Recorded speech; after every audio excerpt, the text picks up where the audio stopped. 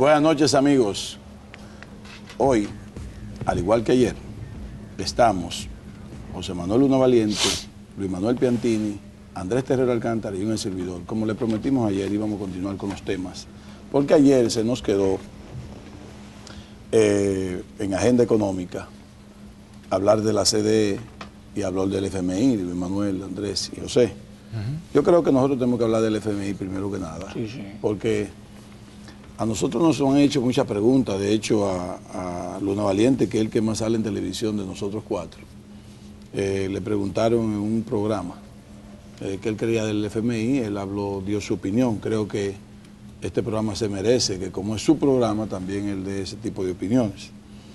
El FMI, señores, ya está en el país, va a durar 10 días, va a hablar con los sectores gubernamentales, sectores empresariales, políticos, para poder tener diríamos que un diagnóstico o una radiografía para hacer un diagnóstico de la economía dominicana y plantear tal vez lo que serían para ellos las medidas de ajustes. Estará dentro de eso la parte fiscal, estará también la parte del gasto del gobierno, la parte de inversión social, etcétera, etcétera. Luis Manuel, te cedemos la palabra a ti primero que nadie. Bueno, sí, o sea, ya tenemos la visita de la misión del Fondo Monetario Internacional, la que, como había señalado el presidente Danilo Medina, vendría a ver los datos que hay, la situación económica, y para determinar qué tipo de acuerdo se firmaría se concertaría con dicha organización. Indiscutiblemente que República Dominicana no se encuentra en una situación crítica de ir a un acuerdo financiero con el Fondo Monetario Internacional de manera obligada. Creo que si el país está buscando, y el gobierno, un acuerdo con el Fondo Monetario Internacional, es básicamente para crear credibilidad en sus políticas y para crear motivación a la inversión extranjera y certidumbre a los inversionistas nacionales.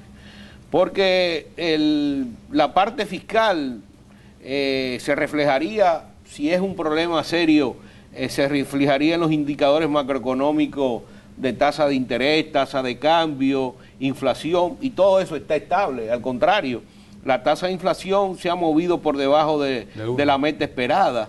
Y la tasa de interés, el Banco Central la viene reduciendo desde finales del año pasado.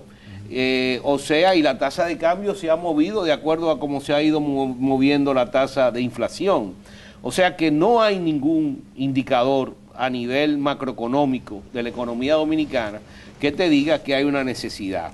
Tampoco hay un problema de balanza de pagos, porque el déficit en cuenta corriente de nosotros es mucho menor que el déficit de cuenta corriente de muchos de los países de América Central y del Caribe.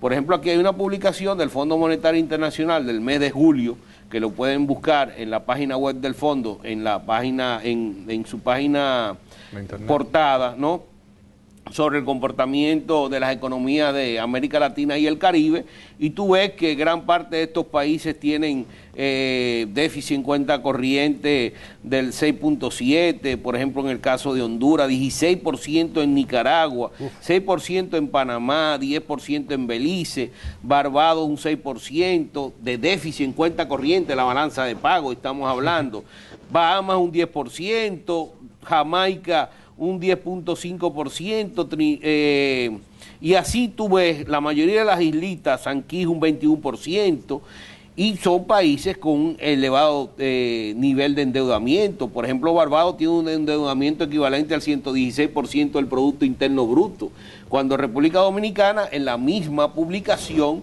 lo que tiene es un endeudamiento de un 29%.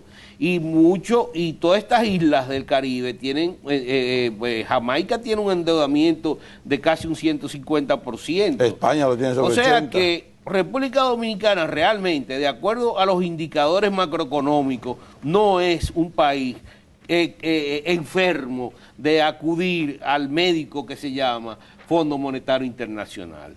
O sea, si nosotros acudimos al Fondo Monetario Internacional es por una situación de precaución, prácticamente. Porque inclusive, ni para resolver el problema de la CDE, el Fondo Monetario Internacional es médico.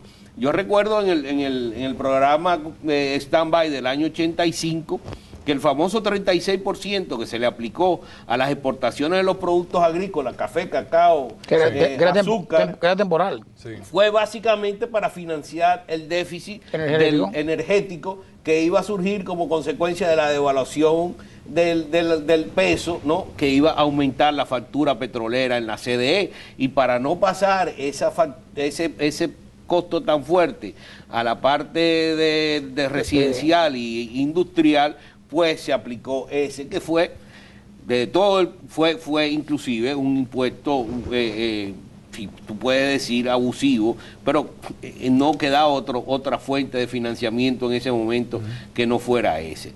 Después, fíjate, eso viene de arrastrándose del año 85, y antes de eso, estábamos hablando desde Julio Sauri en la década de los 70, o sea que estamos hablando de un problema de 40 años. Y no es posible que el país siga y continúe con eso. Lo que le cuesta a esta economía la CDE este año son 1.500 millones de dólares, representan 3 plantas de 400 megawatts cada una. O sea, 1.200 megawatts. Pues nosotros hubiéramos instalado con lo que le va a costar a este país lo de la CDE. La mayoría de la deuda que tú ves que tiene el Estado es de la CDE. Es con la CDE. Los bonos famosos de los bancos colocados afuera, soberanos, eran para financiar la CDE. La CDE se ha comido 2 veces a la República Dominicana de ahora. Te corrijo. Nosotros fuéramos una economía prácticamente ya, una economía desarrollada si no hubiéramos tenido la CDE. Embajador, permítame corregirle, no para financiar la CDE, para propiciar el pago a los generadores. Sí. Bueno, estoy hablando de la CDE en el sentido... Aparte de lo que aparte de lo que es la realidad del tema eléctrico y del sistema eléctrico. Pero yo tengo mi punto de vista después muy bien, pero sobre CDE. Yo voy a hacer ahora un poquito de abogado del diablo. En realidad, yo, como un televidente que me pongo ahora, me salgo del set y oigo todo lo que me está diciendo el colega Piantini, y perfectamente de acuerdo. Ahí están los indicadores, ahí están los números. Sin embargo, el país estuvo claro y consciente, y los 2 candidatos en el momento a la presidencia habían dicho que teníamos que firmar con el Fondo Monetario Internacional, que lo correcto, lo razonable era firmar un acuerdo que se iba a decidir cuál de ellos eran, precautorio, stand-by, lo que fuere. Entonces, se habla de un déficit, y hay un problema de comunicación, y hay un problema volvemos al tema de la percepción. Cuando se habla de que viene la misión, los periódicos, los medios de comunicación comienzan a hablar del tema de que, bueno, vuelve el cuco ahora, tenemos que ponernos de acuerdo, ahora sí nos vamos a arreglar. Y entonces, como hay un déficit, que están diciendo que son 140.000 millones, dicen los políticos del PRD, el gobierno dice que son menos, hay un déficit, ¿verdad? Entonces tenemos un problema en el sector eléctrico, tenemos la misión del fondo que viene aquí como un médico forense, ¿verdad?